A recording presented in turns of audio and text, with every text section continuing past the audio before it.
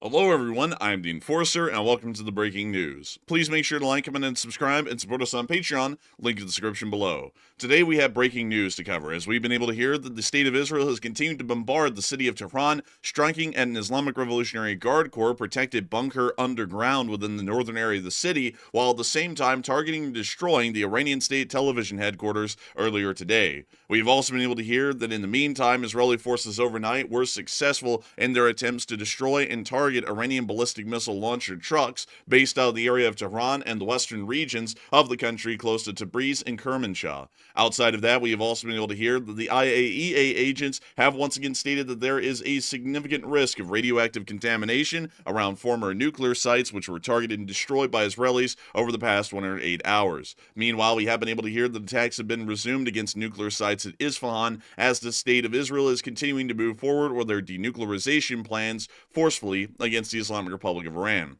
Outside of that, electronic warfare interference has been noted inside the Strait of Hormuz, possibly suggesting Iranian naval activity to attempt to cut off a vital international strait used to supply most of the world with its oil. Outside of that, we also were able to see a missile launch from a commercial airliner viewed from Dubai all the way out inside of the area of western Iran as the Islamic Republic of Iran continued to fire its ballistic missiles towards the state of Israel. The state of Israel has also been hit once again heavily overnight, with the U.S. Embassy and Consulate inside of Tel Aviv also being directly hit in the attack and suffering moderate damage. We've also been able to see that the Iranians have now threatened Tel Aviv and ordered a complete evacuation of the city and have told the Israeli citizens living in Tel Aviv to leave and never return. Outside of that, we've also been able to hear that the United States has now issued a level 4 do not travel order for the state of Israel, while we're also hearing that Israel is now considering the elimination of Ali Khamenei, the supreme leader of the Islamic Republic of Iran, as a likely option.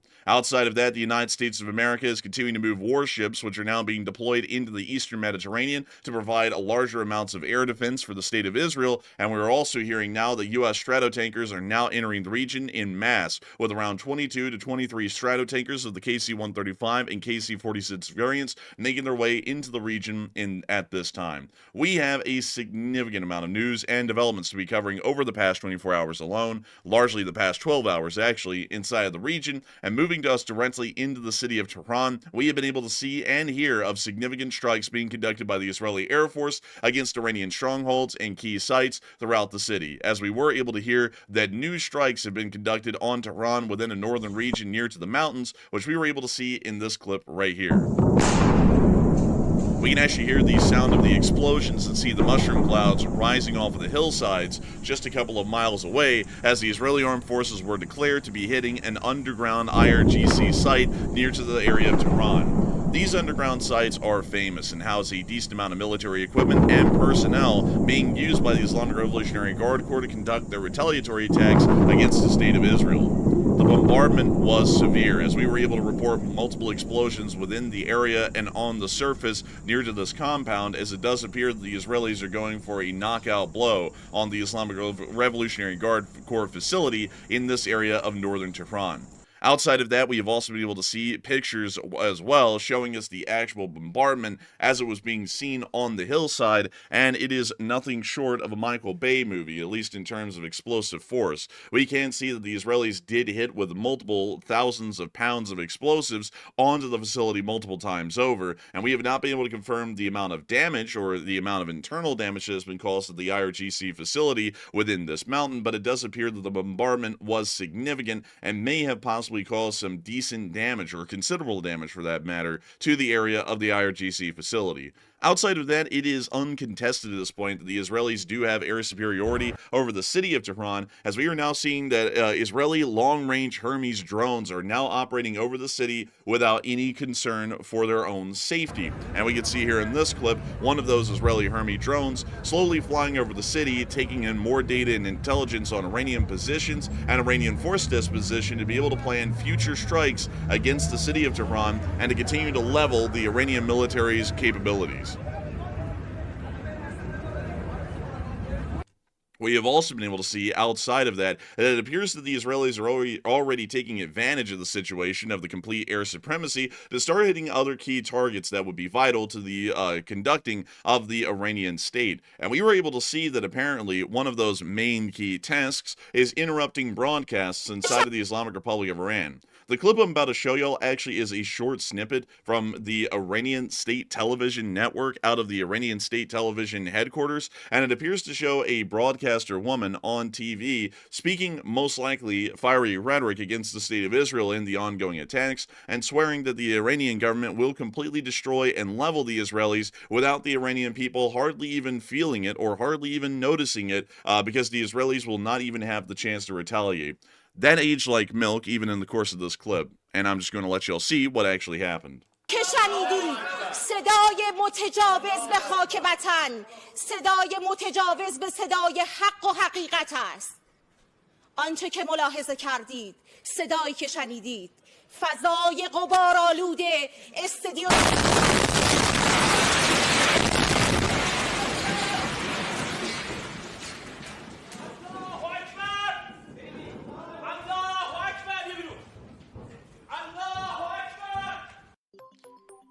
It appears that they may have suffered a brief interruption, and there is a reason for that. The Israeli Armed Forces, and the Israeli Air Force in particular, conducted an airstrike against the Iranian state TV building, which is now ablaze and is actually burning to the ground as a result of the Israeli airstrike that hit the building in the middle of that broadcast. We can actually see the burning fires right here on the building itself, once again showing that the Israeli airstrike does appear to be successful and has completely stopped Iranian state television broadcasts at this moment.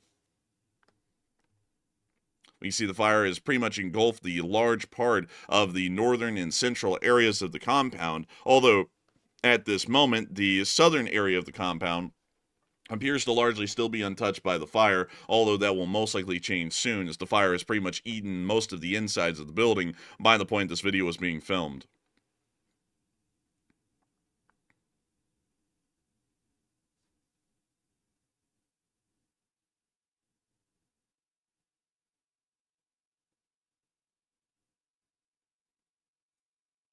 Outside of that, it does appear that the pressure that the Israelis are now beginning to put onto the Iranian government may be getting a little bit heavy, as we have been able to hear that, at least according to some statements, the Islamic Republic of Iran is now seeking talks or an end to hostilities and a return to nuclear talks, sending messages to Israel and the United States through Arab intermediaries, including Saudi Arabia, Kuwait, and others, according to Middle Eastern and European officials. It does appear that the Islamic Republic of Iran may have had a little bit too much going on here, and may have decided that it'd be better to try and get back to the diplomatic negotiating table than to continue on with these kinds of ferocious strikes. It is incredibly clear that at this point the Israelis quite truly control the skies over the Islamic Republic of Iran, and not only that, their capital city. With Hermes long-range drones flying over the city, it is incredibly clear that the Iranians have no control of their airspace quite literally anywhere. The drone itself had to fly several hundred miles at a minimum to make it to Tehran, about 300 miles into the country, and it was not intercepted or shot down by air defense along the way.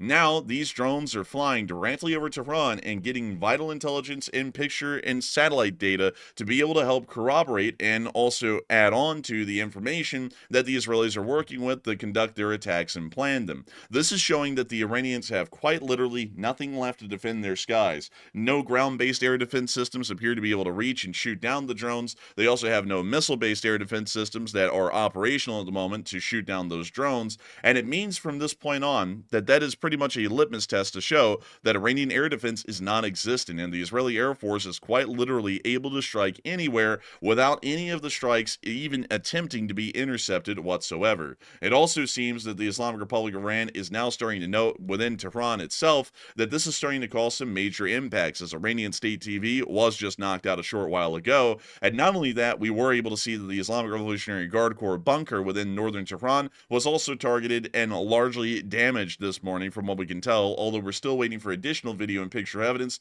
to confirm the absolute state of the damage. On top of that, the Islamic Republic of Iran is also dealing with more nuclear contamination, as we have been able to hear that the IAEA is warning of possible radioactive contamination at Iranian nuclear sites, most likely the Natanz nuclear facility, which has been the most important concern to the IAEA and the IAEA's chief inspector Grossi, who has also stated that the Natanz nuclear facility was completely destroyed in the opening attacks by the State of Israel some time ago. Even still, the State of Israel is continuing to attack further nuclear sites, and we have been able to hear that the Israeli attacks have occurred at the nuclear sites in Isfahan just a short while ago, around an hour ago by the time I'm filming this video right now, and there are reports of ground explosions around the nuclear facility, once again proving that there is going to be significant damage caused to another nuclear facility that has actually already been attacked in days prior. It is unknown whether those attacks actually completely knocked out that facility, but it does appear that the Israelis are now conducting the double tap once again on another nuclear facility in Isfahan and are attempting to completely eliminate the building and ensure that it is no longer rendered usable to the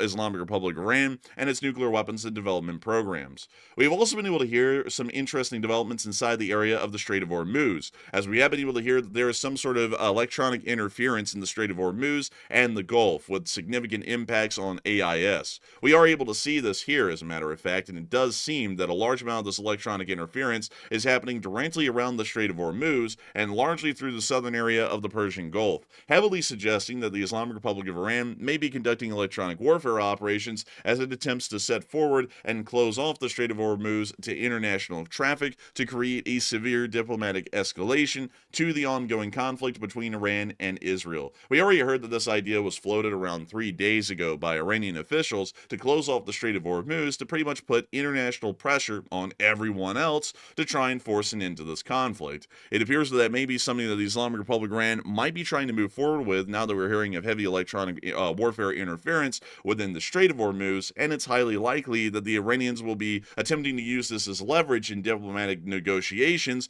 or this may actually provoke an even stronger response internationally as multiple countries join together in a coalition to come forward and destroy the Iranians, consider that they will now be threatening their vital oil supplies. Outside of that, we also were able to hear that the Israelis seem to have been able to actually thwart the Iranian ballistic missile launches for several hours last night, as video footage has emerged today showing us the Israeli Air Force targeting and destroying some of these ballistic missile launchers throughout the area of Tehran and western Iran. We were able to see this here, and the Israeli military has reported that it destroyed 120 transport-erector launchers that were targeted and destroyed by the Israeli Air Force overnight, which apparently is 1/3 of Iran's transport-erector launcher fleet. We are not able to independently corroborate the 120 launchers number, but we can see in this video alone that quite a significant number of these ballistic missile launchers were openly destroyed and hit directly by Israeli airstrikes, once again showing us why the airstrikes we were covering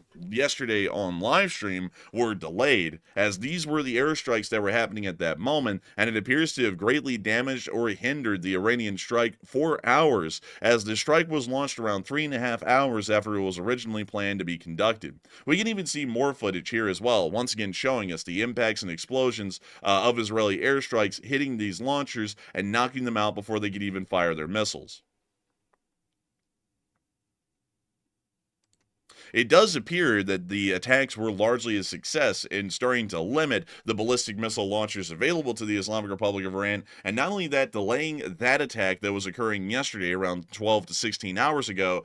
from ever happening at all. As a matter of fact, it happened 3.5 to 4 hours later and could be considered an entirely separate wave of strikes. If we were to take the Israeli numbers at face value, this now means that the Iranians are working with 1/3 less ballistic missile launchers than they had already, meaning that the volume of fire will start to decrease, as they will only have 2 rotational battery volleys to be able to fire instead of 3 like they had prior. That's once again taking the Israeli statements at face value, and once again, we do not have enough video and picture evidence to confirm the loss of 120 launchers. We can only confirm the losses that we were able to see here on film. Outside of that, inside of the United Arab Emirates, we were also able to see that launch that occurred just a little while ago, quite honestly, about 12 hours ago, was actually seen from an airliner flying near to the area of the United Arab Emirates, and we were actually able to see the streaks of the Iranian ballistic missiles that were fired from western Iran towards the state of Israel, all the way from the area of the UAE on board this commercial airliner. And here's the clip right here.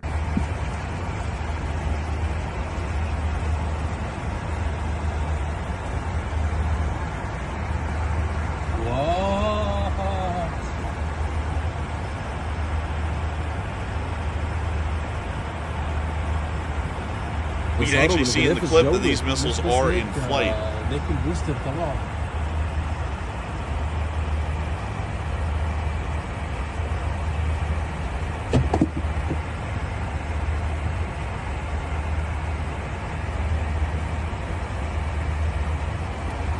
And it is an incredibly significant number of missiles, quite truly numbering in the dozens, much like the attack that we did see last night, where we were able to confirm that around 60 ballistic missiles were fired all at a singular moment by the Islamic Republic of Iran.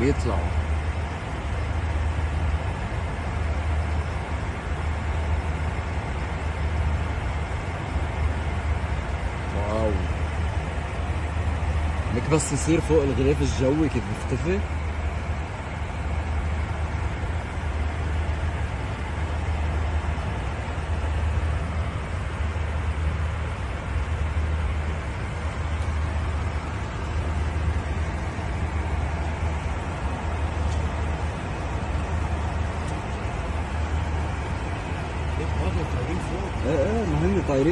We now see the ballistic missiles have pretty much gone exo-atmospheric at this point, and are now almost outside of the Earth's atmosphere, even at the time of this filming.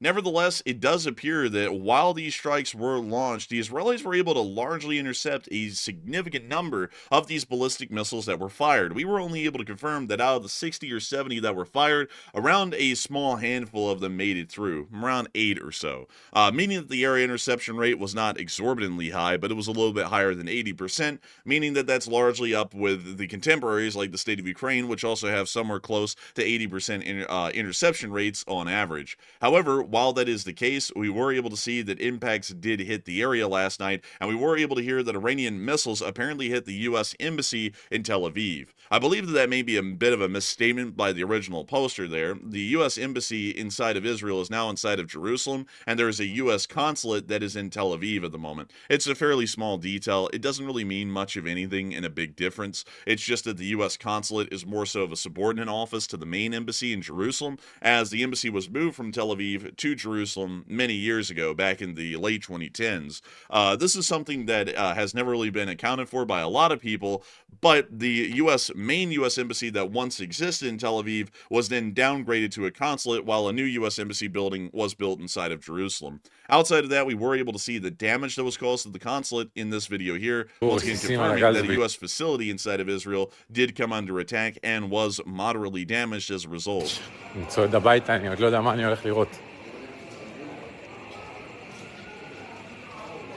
What the fuck?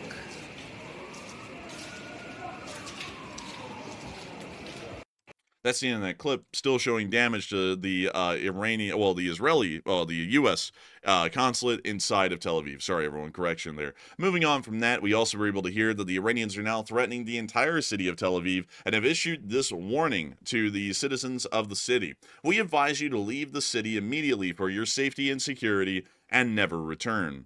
The Iranians have been making threats like this for some time, but this is probably the most forward threat that we've ever seen against the city of Tel Aviv, at least specifically, and it does appear that they are trying to conduct a campaign of terror, once again, against the Israeli people who are currently living inside of the city. This is also coming at the same time as the situation has gotten so bad that the United States has now issued a level 4 travel advisory, which is a do not travel order. Apparently, at least according to what we know at the moment, the United States is now stating that Israel is involved in an armed conflict, and there are threats of armed conflict, terrorism, and civil unrest if you attempt to travel to the state of Israel. They also stated do not travel to the West Bank due to terrorism and civil unrest, and they also stated not to travel to the Gaza Strip as well due to terrorism and armed conflict. We've also been able to hear that northern Israel, within a 4-kilometer or 2.5 mile of the Lebanese and Syrian borders, are advised not to enter due to continued military presence and activity, but making it incredibly clear at this point that the United States of America is viewing the entire region as an ongoing war zone, and even the state of Israel at this point,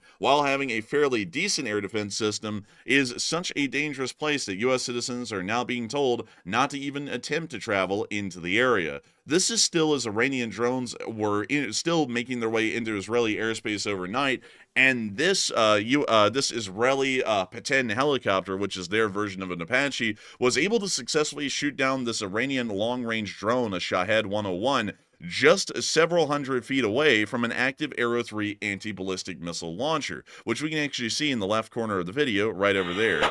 It's now gone out of view, but they were able to successfully hit the drone and take it down, largely avoiding a hit to the Arrow 3 system. We also were able to see a picture of the Arrow 3 right here, and once again, if I move the camera back a second, you can actually see right there the actual trailer and launcher itself for the Arrow 3 system, meaning that this drone came dangerously close to knocking out a vital air defense interceptor that the State of Israel has been using so far in their defense. Outside of that, the Israeli air defenses are starting to get fairly fatigued from the actions of several days, and we have been able to hear that multiple coalition forces are attempting to move in additional vessels to help bolster Israel's defense, including U.S. Navy warships that are now being deployed to the Eastern Mediterranean to bolster Israel's defense. It is highly likely we will not see any carrier strike groups being deployed into the Eastern Mediterranean. It will most likely be groups of vessels, most likely small fleets, that are comprised of nothing but Arleigh Burkes and Ticonderoga class destroyers, which have on board the SM-2 and SM-3 missiles.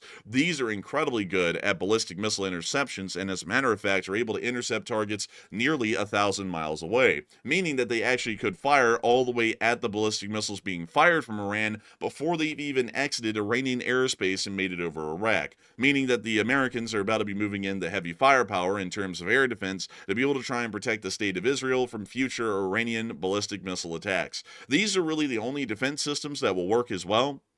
I know that many people will be asking, what about the Air Force? The Air Force really cannot help out in this particular situation, as most Iranian ballistic missiles being fired are of such a long range, they are actually going exo-atmospheric through most of their mid-course phase, which is right after the boost phase, where they're pretty much flying towards their target. With that in mind, it's pretty much impossible for any U.S. aircraft to engage or destroy those missiles while they're in that mid-course phase, meaning that the U.S. Navy, which actually does have a large enough caliber interceptor and quite a numerous number of them, will have to be brought into theater, which is going to be happening here incredibly soon, to engage and shoot down those incoming missiles, as it does have an ability to conduct exo-atmospheric interceptions, and practically as far as range, considering that an SM-2 or an SM-3 has about a 1,000-mile range, they can intercept these literally anywhere inside of the Middle East, while they're exo-atmospheric or even not exo-atmospheric. Outside of that, the situation is starting to become a little bit serious, as the Israelis, specifically Netanyahu, the Prime Minister of Israel, has stated that he's not ruled out taking out Iran's Supreme Leader Ali Khamenei, stating that killing him would largely end the conflict. It does appear that this is still being floated over the heads of Iran, and it doesn't seem the Iranians have taken the threat seriously, as this is now the 2.5 day that we've now heard of a threat being made against Khamenei's life, in particular against the Israelis, as leverage over the Iranians, but it doesn't appear to have stopped the Iranians so far, as we already are hearing that the Islamic Republic of Iran